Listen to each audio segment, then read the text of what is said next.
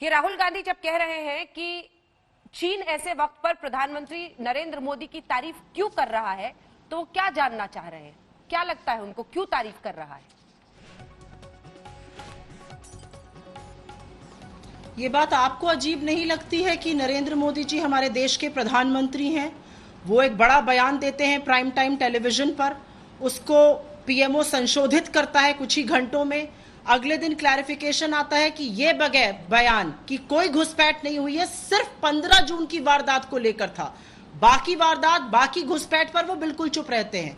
ये आपको अजीब नहीं लगता कि नरेंद्र मोदी जी के इस बयान को चीन का सरकारी मीडिया, चीन का पूरा तंत्र पूरे दुनिया में फैला रहा है और तारीफ कर रहा है? ये आपको अजीब नहीं लगता और भाजपा को अजीब आज नहीं लग रहा है ये बात कि प्रधानमंत्री मोदी जी को कोट करके चीन ये कह रहा है कि गलवान वैली उनका हिस्सा है? ये तो अपने आप में प्रश्न उठना चाहिए कि प्रधानमंत्री जी ने एक बयान दिया जिससे लगता है कि सरहद का खिलवाड़ हो रहा है और चीन इस पर अपना डंका पीट रहा है। तो ये सवाल तो मुझे ऐसा लगता है भाजपा से करना चाहिए कि ये बुरा दिन है, ये खराब दिन है। एक कायर देश चीन, जिसने इतनी विभत्सता का परिचय दिया, आज हमारे प्रधानमंत्री की बात को पकड़कर और उस पर दुष्प्रचार कर रहा है। और इसलिए कर रहा है क्योंकि प्रधानमंत्री जी ने प्राइम टाइम टेलीविजन पर जो कहा, वो अपने रक्षा मंत्री अच्छी खासी संख्या में, विदेश मंत्री गलवान वैली में हमारी साइड स्ट्रक्चर पे, चीफ ऑफ स्टाफ जिन्होंने कहा डीएस्केलेशन डिसएंगेजमेंट हो रहा है, उन सबकी बात से विपरीत था।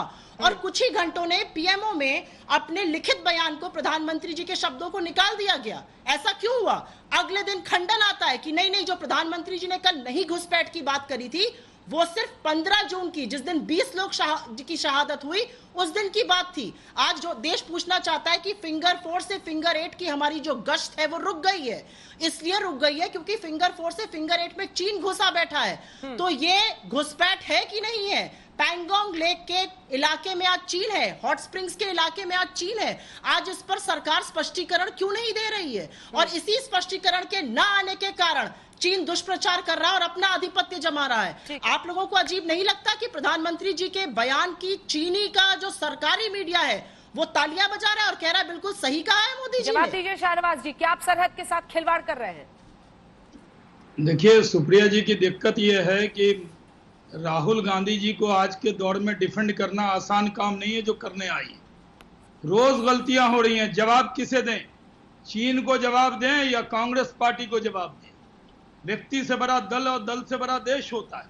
सवाल है कि जब चाहे 62 हो या उसके बाद 12 हो 13, मैं आपको बहुत जिम्मेदारी से कहना चाहता हूं, आप तो ये सवाल उठा रहे हैं कि आपने यहां भूमि छोड़ दी।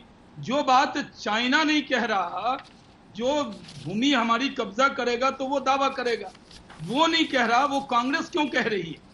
आपसे हम नहीं पूछेंगे आज कि 62 में 37,244 किलोमीटर आपकी गलतियों की वजह से छूटी, लेकिन वो देश का सवाल था। लेकिन कांग्रेस पार्टी को सर्वदलीय बैठक में बुलाया, माननीय सोनिया जी वहां पर थी, जिम्मेदारी से बताया, सब दलों को बताया, कई दल के मुख्यमंत्री थे, उन्होंने भी उसको अप्रिशिएट किया। हमारा कहना है कि आपको राजनीति करनी है, नरेंद्र मोदी जी से इतनी जलन हसद है, कीजिए, कोई दिक्कत नहीं है, लेकिन जब देश का सवाल हो इस तरह से भ्रम पैदा करने का काम मत कीजिए। रोज राहुल गांधी जी एक ट्वीट करते हैं, कई बार जब मैं जवाब देता हूं तो मुझे लगता है क्या रोज राहुल गांधी जी को जवाब दे, लेकिन रोज एक ट्वीट करते हैं। कल भी जिस तरह की भाषा उन्होंने बोली थी, मुझे उसका जवाब देते हुए भी दुख हो रहा था कि क्या अपने देश के प्रधानमंत्री को इस तरह की जबान में बोला जाएगा? क्या राहुल गांधी जी भारतीय होने के नाते भारत की सरकार, भारत की सेना और भारत के प्रधानमंत्री पर भरोसा नहीं है? भरोसा कीजिए, दल से ऊपर देश होता है।